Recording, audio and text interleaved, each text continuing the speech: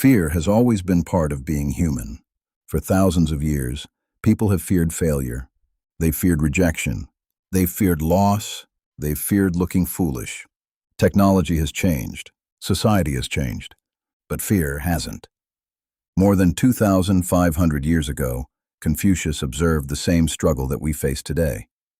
Yet his answer wasn't to become fearless. It was to become someone whose character was stronger than fear. That is a profound difference. Most people spend their lives asking, "How do I stop being afraid?"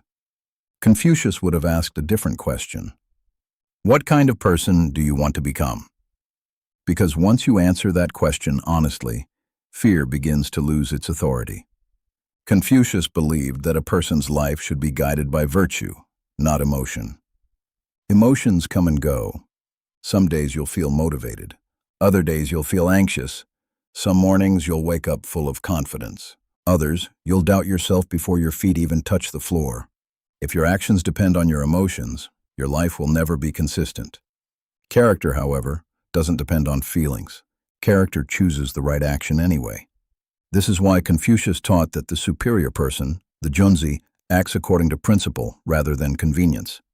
Imagine how different life becomes when you stop asking, "What do I feel like doing today?" and instead ask, "What is the right thing to do?"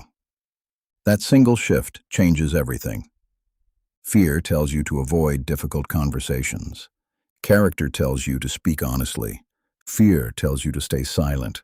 Character tells you to defend what is right. Fear tells you to quit when things become uncomfortable. Character reminds you why you started. Confucius understood that courage isn't loud. It rarely looks dramatic. Most courage happens quietly. It's showing up for your family when you're exhausted, admitting you're wrong, starting over after failure, keeping your word when nobody would know if you broke it. These moments rarely make headlines, but they shape a person's life. Modern culture often celebrates confidence. Confucius valued integrity more. Confidence can disappear after one setback. Integrity stays. Confidence depends on results. Integrity depends on choices. When your identity is built on character instead of success, failure becomes far less frightening. You no longer need to protect your image. You only need to protect your principles. This is one reason fear controls so many people today. We've attached our worth to outcomes. If we fail, we think we are failures. If someone rejects us, we think we have less value. If we make a mistake, we assume everyone will remember it forever. Confucius rejected this way of thinking.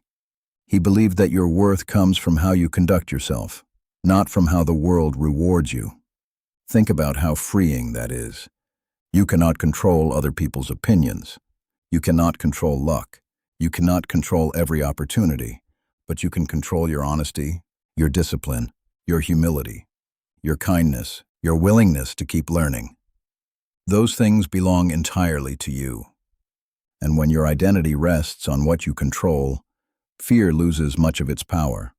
Confucius also believed that learning never ends. The wise person isn't embarrassed by not knowing. They're embarrassed by refusing to learn. How many fears exist simply because we're afraid of looking inexperienced? We don't ask questions because we might seem ignorant. We avoid new skills because we'll be beginners. We stay trapped where we're comfortable because we're protecting our pride. Confucius would likely say that pride creates more fear than failure ever could. Humility is surprisingly courageous. The humble person doesn't need to appear perfect. They're willing to grow. They're willing to be corrected. They're willing to improve. And because they aren't trying to protect an image, they become much harder to intimidate. Perhaps the greatest lesson Confucius offers about fear is this: your life is not measured by how comfortable you were. It is measured by whether you lived according to your values. Years from now, very few people will remember your awkward presentation, or the business idea that didn't work, or the conversation where you stumbled over your words. But you will remember whether fear made your decisions, or whether you made them yourself. That is the real question, not whether fear exists, but whether it gets a vote. Confucius believed that a meaningful life is built one choice at a time. Each honest decision strengthens character. Each courageous act makes the next one easier. Each moment of integrity becomes evidence of the person you're becoming. Fear may never completely disappear, but when your commitment to wisdom, virtue, and doing what is right becomes greater than your desire for comfort, fear stops being your master. It becomes just another voice, and one you no longer have to obey.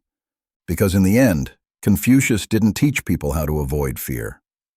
He taught them how to become the kind of person fear could no longer control.